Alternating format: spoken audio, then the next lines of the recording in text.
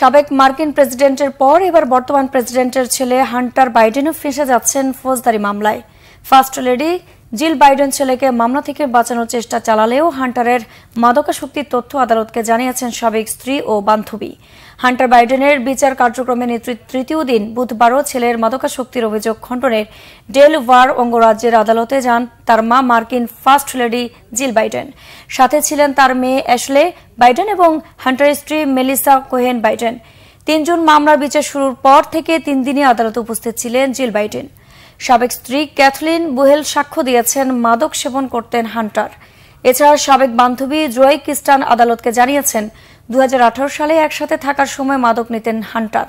মাদক সেবনের তথ্য গোপন করে অস্ত্র কেনার মামলায় নথিপত্র পর্যালোচনা করে 12 সদস্যের জুরি বোর্ড বলেছেন হান্টার যখন অস্ত্র কেনেন তখন প্রতিদিনই মাদক সেবন করতেন। আসামি পক্ষের আইনজীবীর দাবি মাদকে অভ্যস্ত হওয়া দোষের কিছু নয়। অস্ত্রটি একটি দোকান থেকে জব্দের আগ পর্যন্ত 11 দিন নিজের কাছে রেখেছিলেন হান্টার। দোষী সাব্যস্ত হলে 25 বছরে জেল হওয়ার বিধানও থাকলেও এ যাত্রায় তিনি খালাস পাবেন বলে মনে করছেন বিশ্লেষকরা।